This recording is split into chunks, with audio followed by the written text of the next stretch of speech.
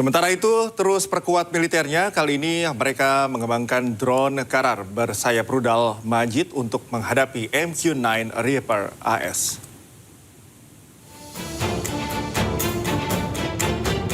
Iran terus mengembangkan armada militernya. Drone bermesin jet bernama Karar kini dilengkapi dengan rudal pencari panas Majid. Rudal Majid atau AD-08 berfungsi untuk misi pencekatan udara serta rudal jarak dekat hingga 8 km. Kombinasi ini diklaim mampu mengancam drone canggih Amerika Serikat seperti MQ-9 Reaper. Drone Karar akan digunakan oleh unit pertahanan udara Iran, terutama di wilayah perbatasan dan kawasan strategis. Untuk mencegah drone ini, musuh harus menggunakan jet tempur berawak yang jauh lebih mahal. Iran dan Amerika Serikat atur strategi dan bersiap negosiasi untuk akhiri perang. Meski demikian, perang psikologi kedua negara masih berlanjut.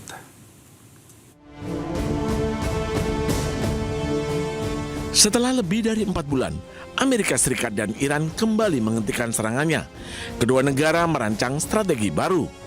Meski berhenti, namun perang psikologi masih berlanjut. Iran kerap menampilkan perkembangan senjatanya ke media sosial.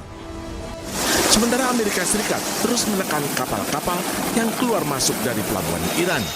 Kondisi di Selat Hormuz pun masih panas. Kapal-kapal masih mengantre untuk bisa melintas. Presiden Amerika Serikat Donald Trump menyebut Iran mengajak Amerika Serikat untuk negosiasi. I have plenty of time. Plenty of time. Their whole shoreline's wiped out. The strait is in very good shape. And we're talking right now. You know, they wanted to talk. Their people said, please don't shoot last night, the night before, 2 nights. Don't do it. You know, we're having good talks. So we'll see what happens. I think there's a good chance that something could happen. And if it does, good. If it doesn't, we go back to doing what we were doing 2 days ago. Meski kedua negara hentikan sementara serangan, namun konflik meluas. Kelompok Houthi di Yaman terus menyerang sejumlah fasilitas milik Arab Saudi. Houthi beralasan serangan adalah balasan atas serangan Arab Saudi ke bandara mereka di Yaman. Tak hanya itu, Iran juga menuduh Ukraina menyerang kapal miliknya di Laut Kaspia. Sementara kondisi di Selat Hormuz masih memanas, Amerika Serikat dan Iran masih membatasi kapal-kapal yang melintas. Kapal-kapal masih berlabuh di perairan Teluk Oman di lepas pantai Muscat. Mereka masih menanti izin dari Teheran untuk bisa melintasi Selat Hormuz. Di saat yang sama, Angkatan Laut Amerika Serikat juga memblokade lalu lintas laut baik yang menuju ataupun keluar dari pelabuhan dan pesisir Iran. Media Oman melaporkan Menteri Luar Negeri Badr al-Busaidi menyebut terus berdiskusi dengan Iran untuk mencari kesepakatan untuk menjamin keselamatan navigasi. Kementerian Luar Negeri Iran mengumumkan blokade Hormuz kembali dilakukan setelah beberapa kapal komersial melintasi Selat Hormuz melalui rute yang tidak dikoordinasikan dengan Teheran. Sementara itu, Angkatan Militer Iran memperingatkan negara-negara yang menggunakan aset sitaan miliknya. Kapal-kapal milik negara-negara tersebut tidak akan pernah diizinkan untuk melintasi Selat Hormuz. آمریکا در پی اقدامات تجاوزکارانه و تلاش مستمر برای بی‌ثبات‌سازی منطقه اعلام کرده است خسارت شناورهایی که در جریان جنگ تحمیلی علیه ایران اسلامی به دلیل ایجاد ناامنی توسط ارتش آمریکا و تخلف در عبور از مسیر غیرقانونی و ناامن جنوب تنگه هرمز آسیب دیدن را از محل دارایی‌های بلوکه شده ایران پرداخت خواهد کرد.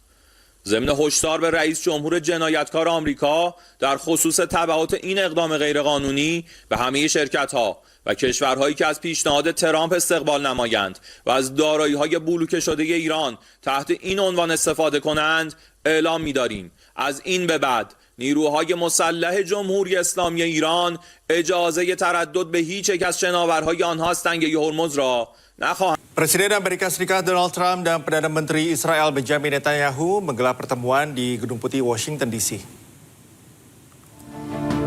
Kunjungan ini merupakan pertemuan ke-8 Netanyahu dengan Trump sejak Presiden Amerika Serikat itu kembali menjabat pada tahun 2025. Pertemuan berjalan tertutup selama 90 menit. Kedua negara membicarakan konflik mereka dengan Iran dan juga kondisi di Gaza, Palestina. Usai pertemuan, Perdana Menteri Israel Benjamin Netanyahu mengatakan Israel dan Amerika Serikat tetap mitra dekat dalam konfliknya dengan Iran. סיימתי עכשיו פגישה מצוינת עם הנשיא טראמפ. כשאני אומר מצוינת, זה לא מן השפה אל החוץ. שיחה עם שותפות מלאה, עם תמיכה הדדית, עם הבנה על היעד המשותף להבטיח שלאיראן לא יהיה נשק גרעיני, וגם יעדים אחרים. אחת השיחות הטובות ביותר שקיימתי עם נשיא ארצות הברית, ידידנו דונלד טראמפ. היה שם גם כל הצוות הבכיר שלו, הצוות הבכיר שלנו, וגם כאן הייתה הזדמנות להחליף רעיונות וגם לתאם תאומים שהם חשובים לביטחון ולעתיד של מדינת ישראל.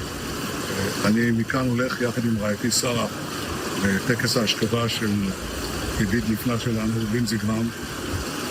אני בטוח שאני מייצג כאן את כל אזרחי ישראל. Selain bertemu dengan Presiden AS, Perdana Menteri Israel Benjamin Netanyahu juga bertemu dengan Menteri Pertahanan Amerika Serikat Pete Hegseth dan Menlu Amerika Serikat Marco Rubio. Pertemuan ketiganya berlangsung saat pemakaman Senator Lindsey Graham di Washington. Pertemuan Netanyahu dengan Hegseth dan Rubio menjadi sorotan. Dalam video yang beredar, Netanyahu berbicara serius dengan keduanya. Warganet menilai ada gestur instruktif dari Netanyahu ke Hegseth dan Rubio, namun belum diketahui isi pembicaraan ketiganya. Netanyahu juga bertemu Presiden Ukraina Volodymyr Zelensky. Keduanya nampak berbincang serius. Ini adalah pertama kalinya Netanyahu bertemu dan berbincang lagi dengan Zelensky setelah terakhir kali pada 2023. Dirumorkan kedua kepala negara akan menggelar pertemuan formal selama berada di Washington, namun belum dapat dipastikan.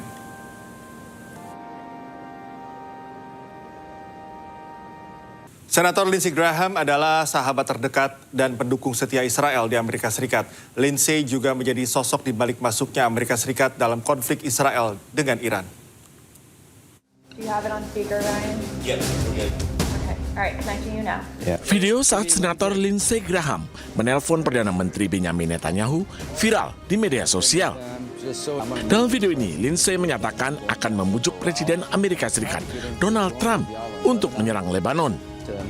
I'm going to meet with the president this weekend. I'm going down to Doral. I'm going to try to get him to join with y'all in Lebanon to maybe fly some with you. Would you like that? Yeah, Meski ditolak oleh Netanyahu, namun Perdana Menteri Israel ini tetap meminta Amerika Serikat menyerang Iran. Lindsey sendiri dikenal sebagai pendukung utama Israel.